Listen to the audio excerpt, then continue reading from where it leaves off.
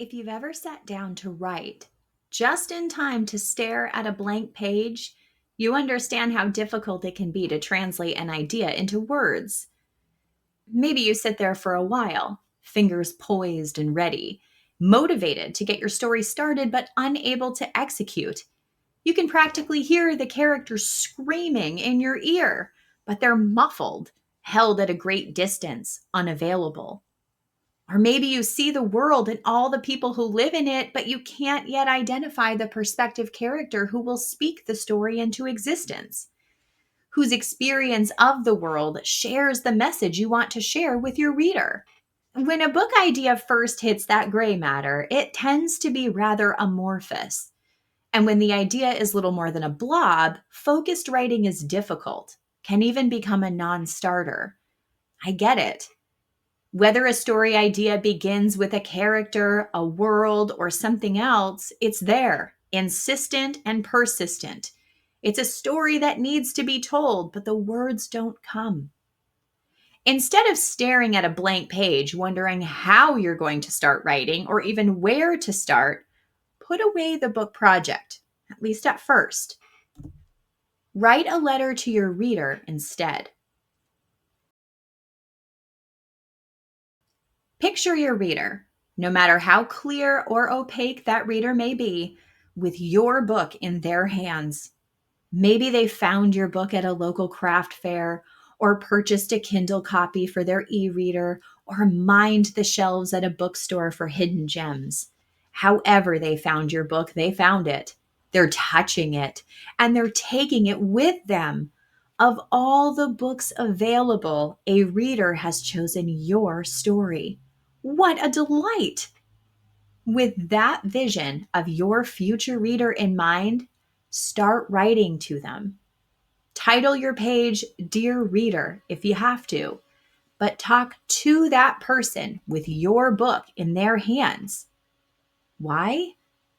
Writing a letter to your reader brings clarity to the why behind the book.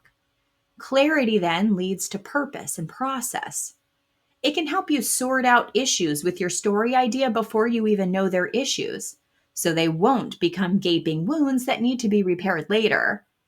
And writing a letter to your reader can help you see the shape of your work and how you will lead your reader from beginning to end, as well as what your reader will face along the way.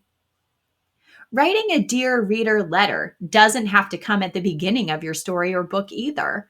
Taking the time to write your letter after you've finished penning that shitty first draft, but before you begin revisions, can bring new perspective and enlightenment to your work, can help you re-envision what your book can become for you and your future reader. Because I believe in building in public to promote hands-on experiential learning, I'm sharing parts of the letter I wrote to the reader of my novel in progress, set in italics in the text article on the MetaStellar website if you need a reference point. And this will allow you to get a feel for how exactly one may approach such an endeavor. Your letter will look different than mine, of course. Use my letter as an example, but allow yourself to write with abandon if you find my letter too restricting for your communication tastes. Anyway, onward.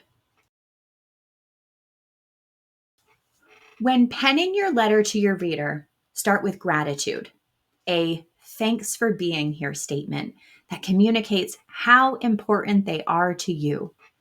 Tell the reader why you're happy they've come into the readerly fold. Let the reader know what you admire about them, why they fit in nicely with your people, why this is the right bookish place for them to be.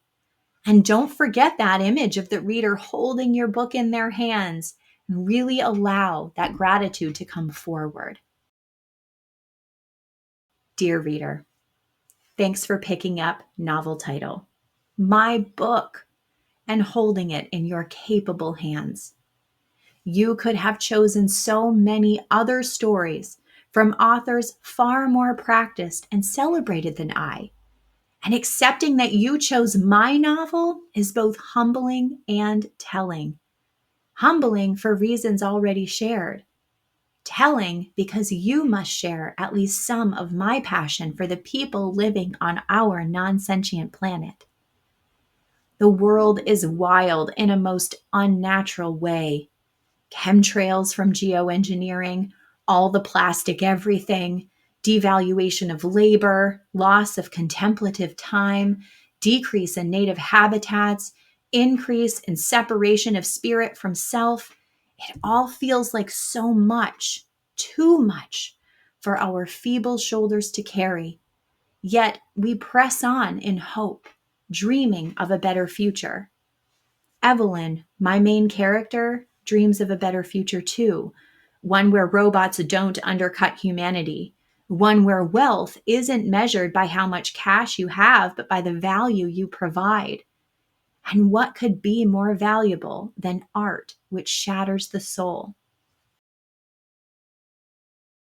After you're done thanking your reader and connecting with them on a person to person level, move into what the reader will find in the pages of your book, the what's in it for you statement that shares the why and heart of your message, no matter what kind of book you're writing. For self help, you may discuss the topics your reader may encounter. For memoir and fiction, perhaps share motifs and the theme of your work. And tell the reader why these topics, motifs, and themes are perfectly suited for them.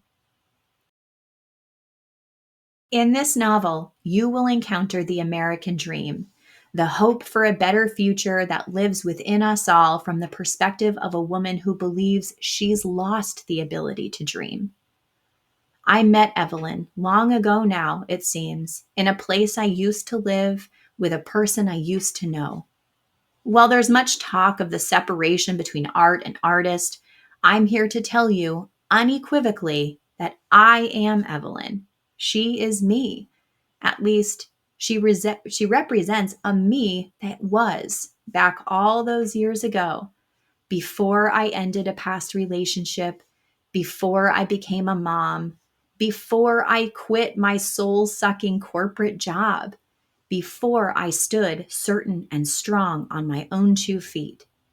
In the pages of my novel, you will follow Evelyn through the discovery and building of her own dream, one made possible by freedom, most importantly, the freedom to choose. You've invited your reader in and given them the warm and fuzzies. When your reader knows what to expect, they can approach your story with the right mindset. It's important, however, not to pull the wool over their eyes. To avoid jerking them around, let the reader know about any challenges they may encounter, including negative moments, big setbacks, and hard topics. We're only human after all, and the best things in life don't come easy. So share what may cause the reader unease. Let them know what's coming so they can prepare for it. Choice, however, is not without consequences.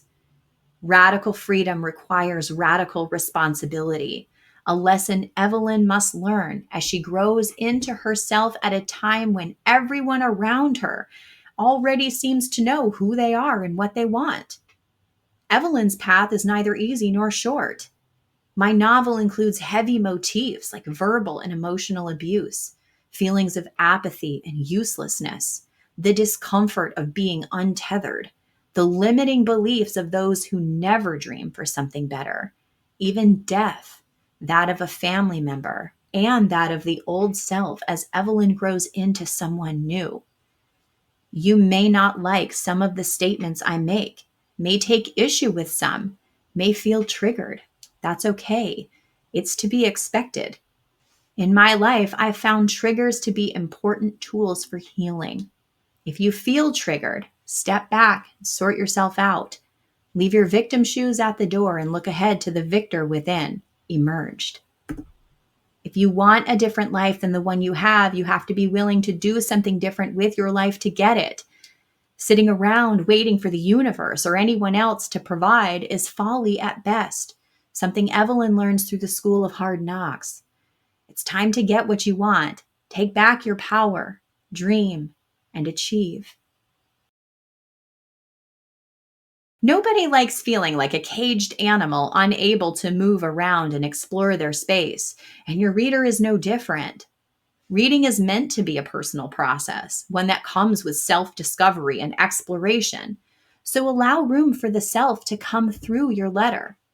Invite the reader to define for themselves what they may get from your book, knowing what you've shared so far.